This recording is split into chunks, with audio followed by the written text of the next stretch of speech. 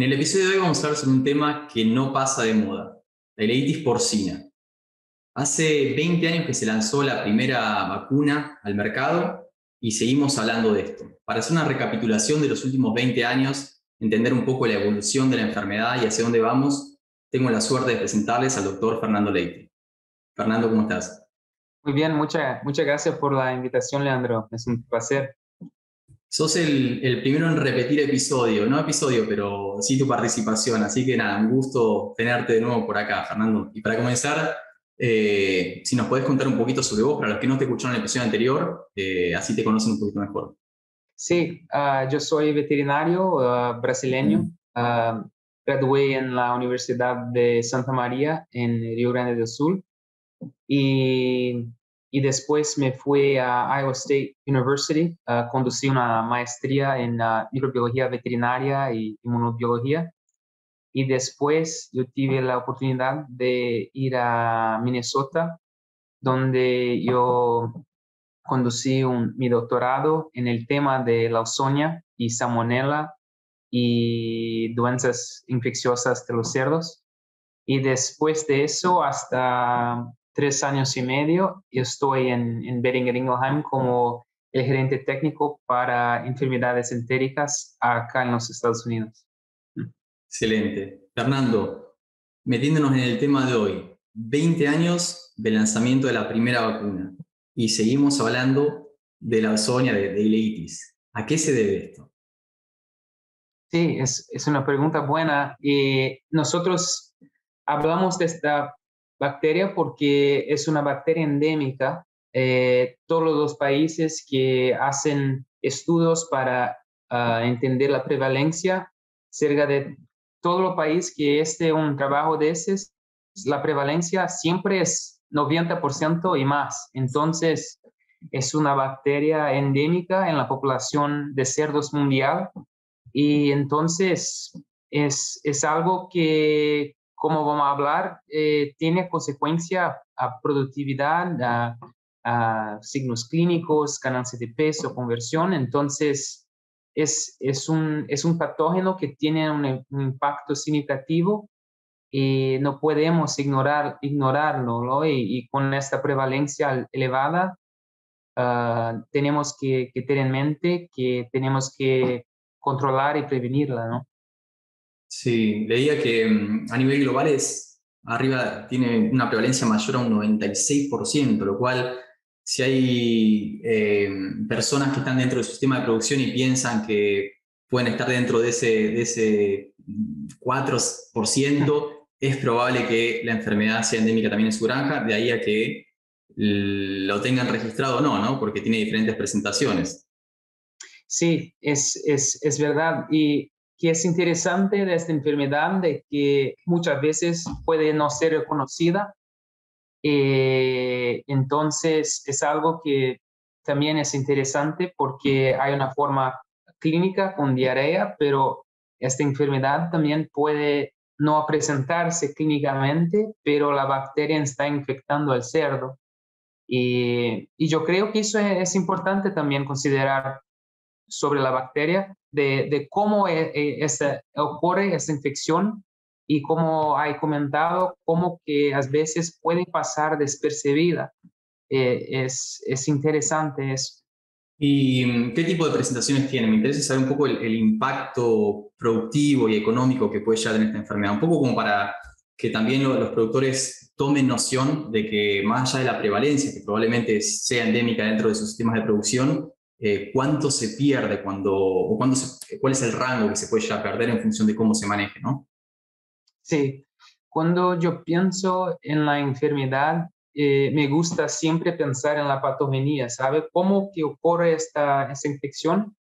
Y entonces la Lawsonia es una bacteria intracelular obligatoria y la célula que la Lawsonia infecta es una de las células más importantes para el cerdo porque son los enterócitos en el intestino y preferencialmente en el intestino delgado, que es la porción del intestino responsable por la absorción de los nutrientes. Entonces, es una bacteria que va a infectar y comprometer las células responsables por la absorción de los alimentos. Y con eso es más fácil de comprender cómo que esta enfermedad puede tener un impacto tan grande sobre la producción. Entonces, de impacto económico se debe a reducción de la ganancia de peso, reducción o peora en la conversión alimenticia. Y un trabajo hecho en 2019 por el profesor Holcamp de Iowa State estimó la pérdida económica debido a LIT que puede variar de $5 a $17.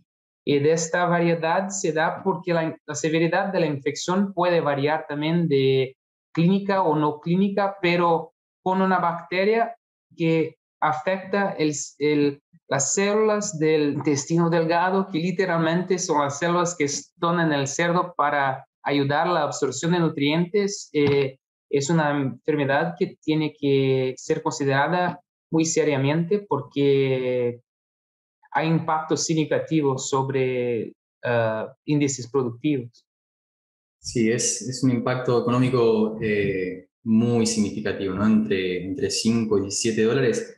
Lo que te quiero preguntar es, ¿de qué depende cómo se presente la enfermedad a nivel subclínico o clínico? Sí, y esta es una pregunta muy buena. Por ejemplo, hay la forma clínica, subclínica, pero hay una forma aguda y mortalidad también. Una de la hipótesis de por qué hay la mortalidad, la forma aguda y una diarrea sanguinolenta, es interesante que esta mortalidad ocurre la mayoría de las veces en los cerdos en el final de la terminación y nosotros hemos intentado comprender el por qué, pero el patógeno es el mismo. No hay mucha variabilidad en la leucemia. Entonces, el agente es el mismo. Los factores para esta mortalidad no son todos los sabidos, pero hay hipótesis que es, por ejemplo, el animal no está vacunado o no está inmunizado contra la enfermedad.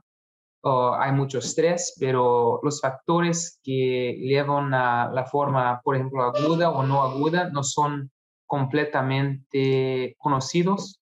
Y hay algunos factores clásicos como saneamiento y todo más, pero ainda hay mucho para nosotros comprendernos un poco más de por qué hay esta severidad distinta, pero otra cosa que no sabemos es la carga infectiva. Cuanto más leucemia hay en el ambiente y más el cerdo es expuesto, más severa va a ser la consecuencia de la infección. Entonces, hay mucho que no conocemos, pero el estatus inmunitario del animal y la carga de la bacteria en el ambiente también son factores que van a influir en esta severidad de la infección.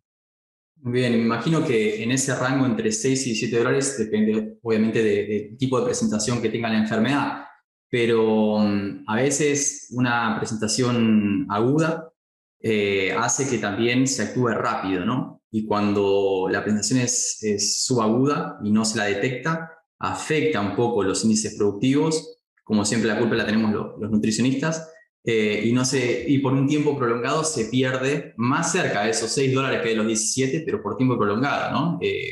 ¿Cómo tu experiencia? ¿Hay más presentación subclínica que está pasando desapercibida o cómo lo ves? Sí, ciertamente. Como habíamos discutido con la prevalencia acima del 90%, la mayoría de esta prevalencia es en la forma subclínica sin signos clínicos. Y cuando, por ejemplo, de este impacto económico, sabemos que hay impacto económico porque cuando mismo sin signos clínicos ponemos nuestra vacuna en una granja, percibimos que hay mejoría en ganancia de peso y conversión, Entonces, es más una comprobación que sí, la infección está presente. Sí, sí. Y en estos 20 años de haber lanzado la vacuna, la primera vacuna contra ileitis, ¿qué evolución han visto a nivel global? Yo creo que en estos 20 años que hemos aprendido es cómo utilizar la vacuna y también los beneficios de la vacuna. Interesante que el uso de antimicrobianos, por ejemplo, ha sido encontrado en muchas experiencias con la vacuna, estudios que puede ser significativamente reducido el consumo, la necesidad de los antimicrobianos con la vacuna.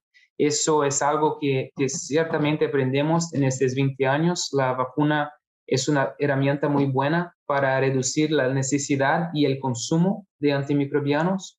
Aprendemos también cómo hemos discutido esta forma aguda y mortalidad en primerizas también. La vacuna es importantísima para preparar esta primeriza a entrar con las cerdas, a ser un animal reproductivo. Y entonces la preparación de esta primeriza es fundamental con vacunación. Y también aprendemos que esta vacuna es efectiva tanto en las formas clínicas para reducir los signos clínicos, como también cuando la infección está no presente clínicamente, pero la vacuna puede tener un impacto en la forma subclínica. Y que hemos encontrado también que el impacto de la infección se debe también en la microbiota. Y yo creo que son los estudios más recientes, que la ozonia puede predispor el cerdo a otras enfermedades. Y una que hay más estudios es Salmonella. Y por un impacto en el microbiota intestinal del animal, la ozonia puede avalar y desestabilizar esta microbiota y el cerdo puede entonces estar más susceptible a Salmonella. Y interesantemente, en estos 20 años hemos encontrado que en cerdos vacunados contra la ozonia, ellos están excretan menos Salmonella, tienen menos colonización de Salmonella. Y por ejemplo, en este año fue sido publicado un trabajo en Alemania que la sorología por Salmonella, que es un indicativo de la infección y la transmisión, rebaños que fueron vacunados tuvieron una reducción significativa de cerdos seropositivos. Entonces, hemos encontrado muchas cosas en estos 20 años y algunas cosas recientes también. Muy interesante. Y a la hora de lidiar con ileitis, hay básicamente dos tipos de estrategias que se usan. Una es obviamente la vacunación y otra es tratar los signos clínicos cuando aparecen. Vos que, a ver, ustedes tienen una experiencia a nivel global, ¿ven diferencias en cuanto a la manera en que se manejan? A mí siempre me gusta espiar al vecino, ¿viste? ¿Qué se hace en Europa? ¿Ves diferencias según la región? Sí, yo creo que acá en los Estados Unidos, por ejemplo, la vacuna es mucho utilizada, ¿sabe? Y entonces yo creo que acá los antimicrobianos no son tan utilizados, son utilizados, pero no son tan utilizados en el control de la ozonia porque hay tanto uso de la vacuna. Y entonces yo veo como una gran oportunidad sistemas productivos que están dependiendo mucho de los antimicrobianos, no solo por si es un objetivo del uso prudente de los antimicrobianos, pero también en estos 20 años hay estudios que comprueban que la vacuna puede ser más económica que el uso de los antimicrobianos para el tratamiento de ileitis. Entonces, es no solo por la reducción de antimicrobianos, como puede ser una forma más económica de la prevención de la enfermedad también. Entonces, yo creo que hay diferencias en términos del uso de antimicrobianos y algunos países, como acá en los Estados Unidos, nosotros usamos mucha vacunación. y no dependemos tanto de los antimicrobianos como yo creo que algunos otros países a veces utilizan un poco más, que yo creo que es una oportunidad para aumentar la eficiencia de la granja. Y poner todo en la balanza, ¿no? No es solamente el costo del antimicrobiano y el costo de la vacuna, porque el antimicrobiano lo usas cuando tenés esos, bueno, como pulsos en alimentos se usa o cuando aparece los signos clínicos de la enfermedad, pero hasta que llegaste a ese punto hay que ponderar también cuánto se perdió en términos de ganancia de peso diaria y conversión, ¿no? Sí. Perfecto, perfecto, Fernando. Sí, ahí es donde las cuentas dan otro retorno a la inversión, ¿no? Y un poco la razón por la que se manejan diferente. Excelente. ¿Algún comentario final que quieras dejar? Yo creo que la Ausonia es un patógeno que estamos aprendiendo mucho y como hemos comentado, es un patógeno que afecta la digestibilidad de los nutrientes, entonces la ganancia y la conversión son esenciales para el día a día, entonces controlar esa enfermedad es también esencial y la vacunación encontrada como una herramienta muy buena para eso.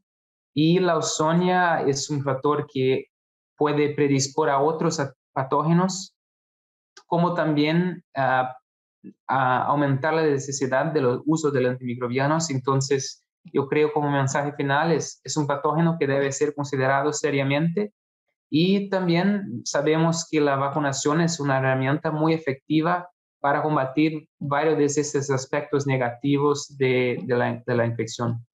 Excelente, Fernando. Nos quedan muchos temas pendientes. Ya te lo dije antes de que comencemos a grabar.